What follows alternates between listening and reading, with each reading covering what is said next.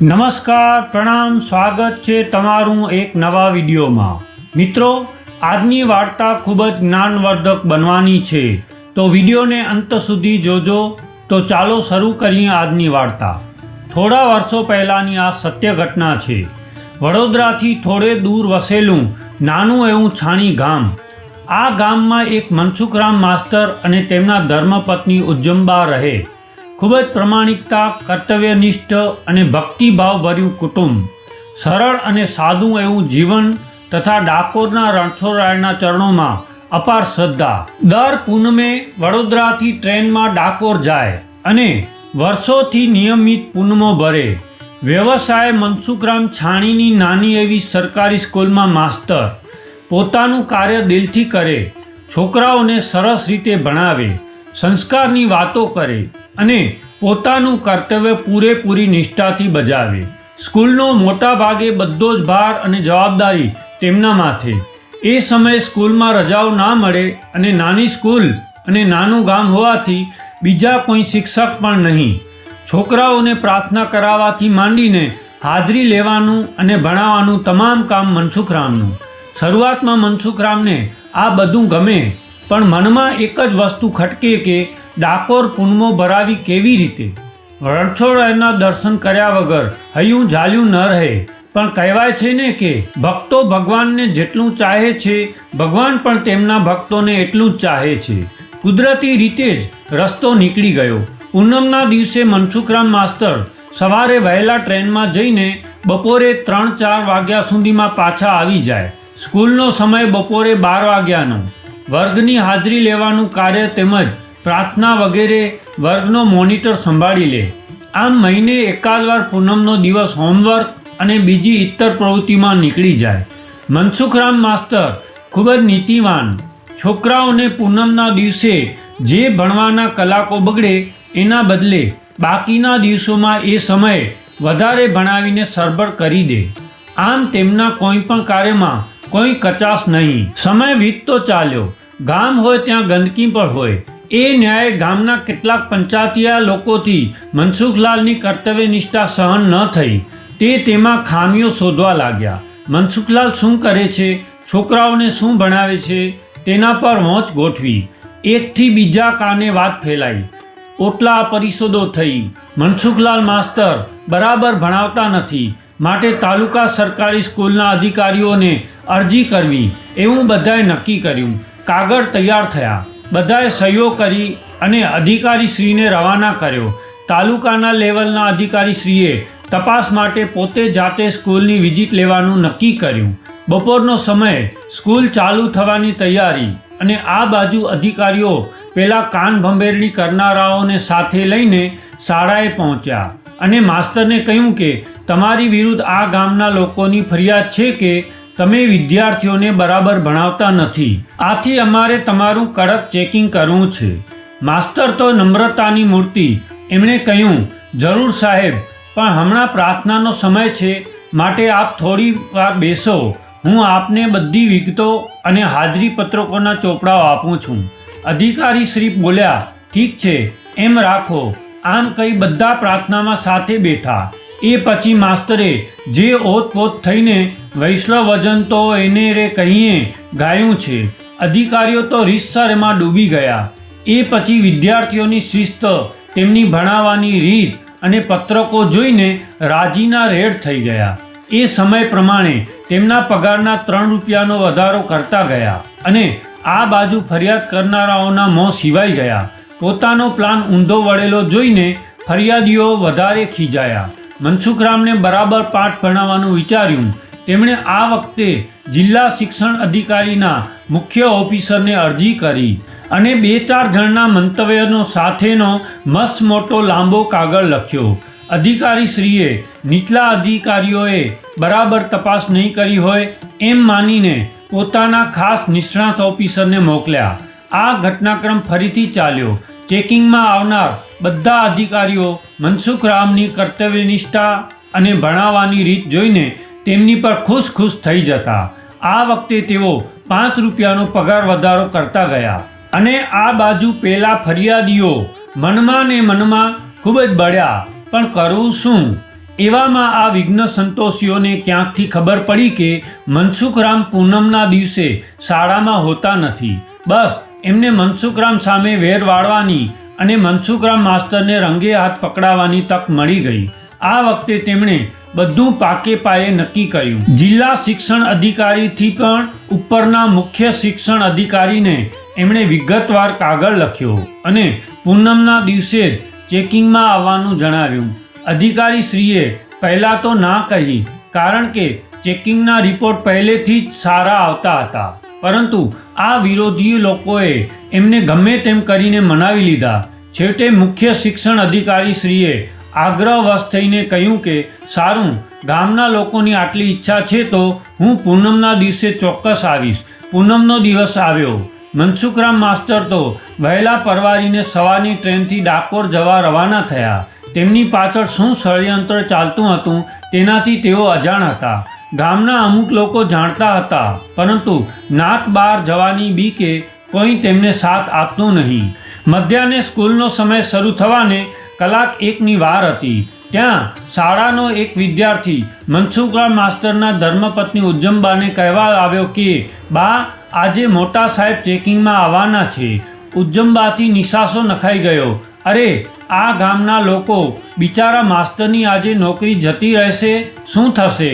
ઘરમાં દેવ મંદિર પાસે જઈને રણછોડરાય સામે સાલો પસારીને ખોડો પાથર્યો અને આસ્તર સ્વરે અને દીન ભાવે ડાકોરનાથને પુકાર્યા. બીજી બાજુ અધિકારીઓ નિયત કરેલા સમયે પહેલાં ફરિયાદી ગામવાળાઓની ઘરે પહોંચ્યા.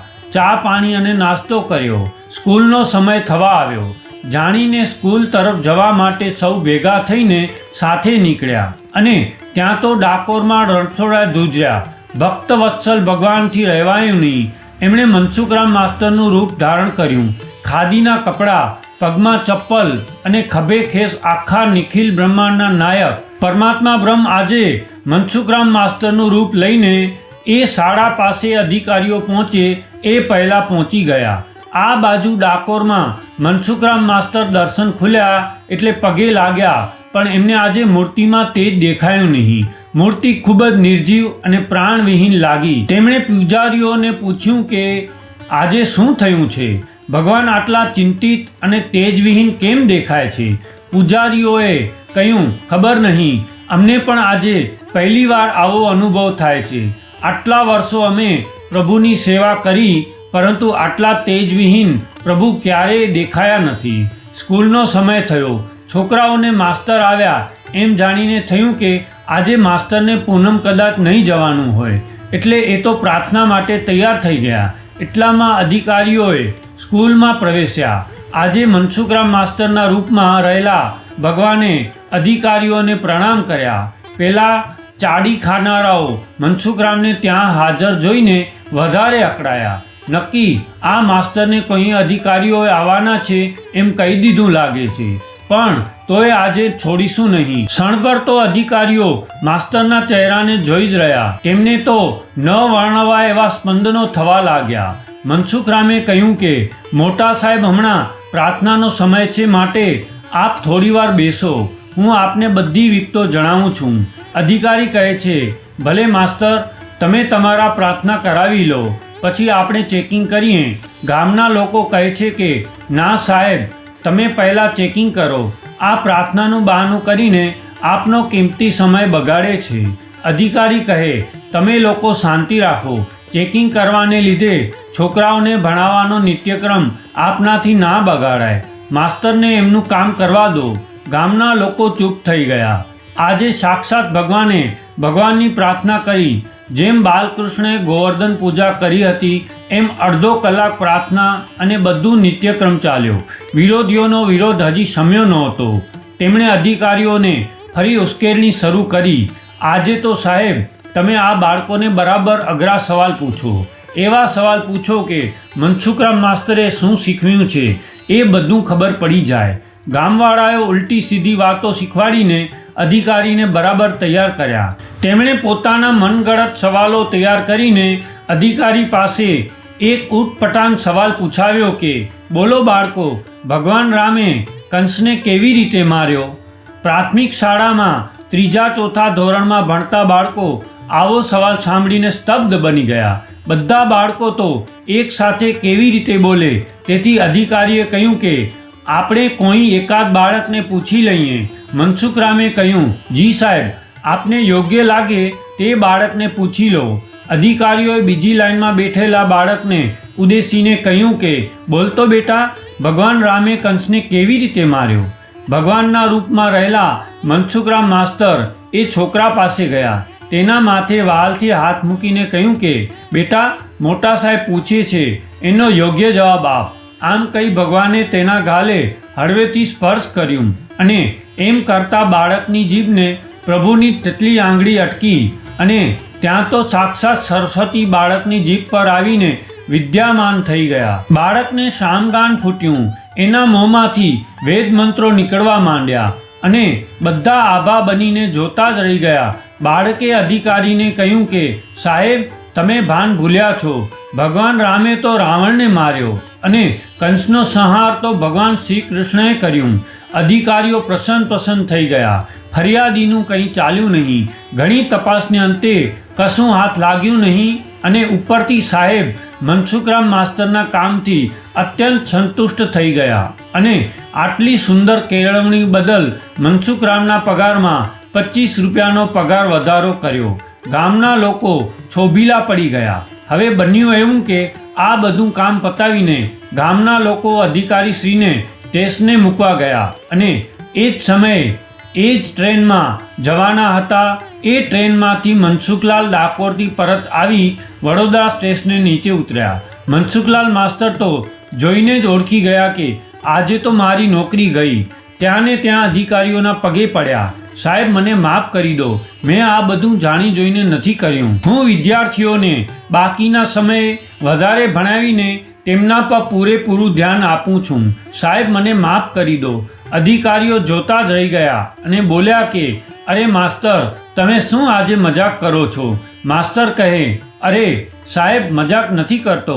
હું સાચું કહું છું. મેં કોઈ દિવસ કોઈ વિદ્યાર્થીઓનું ભણવાનું બગાડ્યું નથી. આમ મારા વિદ્યાર્થીઓને પૂછી જુઓ. અધિકારી કહે, અરે પણ માસ્તર, હમણાં અડધા કલાક પહેલાં તો તમે સ્કૂલમાં હતા અને હમણાં સ્ટેશને ક્યાંથી આવી ગયા? તમે કયા રસ્તે આવ્યા અને આ સીધા ટ્રેનના ડબ્બામાંથી કેવી રીતે નીકળ્યા? માસ્તર કહે, હું શાળામાં હતો. ના સાહેબ, હું તો ડાકોર ગયો હતો. અધિકારી કહે, શું વાત કરો છો? તો શાળામાં કોણ હતું જે પ્રાર્થના કરાવતું હતું, અમારી સાથે વાતું કરતું હતું? તમે અમારી સાથે 3 કલાક તો શાળામાં ગાળ્યા. માસ્તરના આંખમાંથી આંસુ ટપકી પડ્યા અને એ માત્ર એટલું બોલી શક્યા કે એ હું નહોતો. હવે એમને સમજાયું કે આજે રણછોડરાયની મૂર્તિમાં તેજ કેમ નહોતું. એ પછી કહેવાય છે કે ગામના લોકો માસ્તરના પગે પડ્યા. બધાએ એમની માફી માંગી, એમની પ્રગતિ થાય એ માટે પ્રાર્થના કરી. પરંતુ માસ્તરે એ શાળાની નોકરીમાંથી રાજીનામું આપી દીધું. તેમને થયું કે જેનાથી મારા હરીને દોડવું પડે એવી નોકરી મારે શું કામની. તેમણે પોતાનું શેષ જીવન પ્રભુ ભક્તિ અને ભગવત સ્મરણમાં વિતાવ્યું. આજે પણ તમે વડોદરા પાસેના છાણી ગામમાં જાઓ તો ત્યાં મનસુખરામ માસ્તરનું સ્મારક એ ઘટનાની યાદ તાજી કરાવતું એમનું એમ ઊભું છે. શ્રદ્ધાનો વિષય હોય તો પછી પુરાવાની શી જરૂર છે? તો મિત્રો, આજની આ વાર્તા તમને કેવી લાગી? કમેન્ટ બોક્સમાં જરૂર જણાવજો અને જો વિડીયો પસંદ આવ્યો હોય તો આપણી ચેનલને સબસ્ક્રાઈબ જરૂર કરજો. જય શ્રી કૃષ્ણ.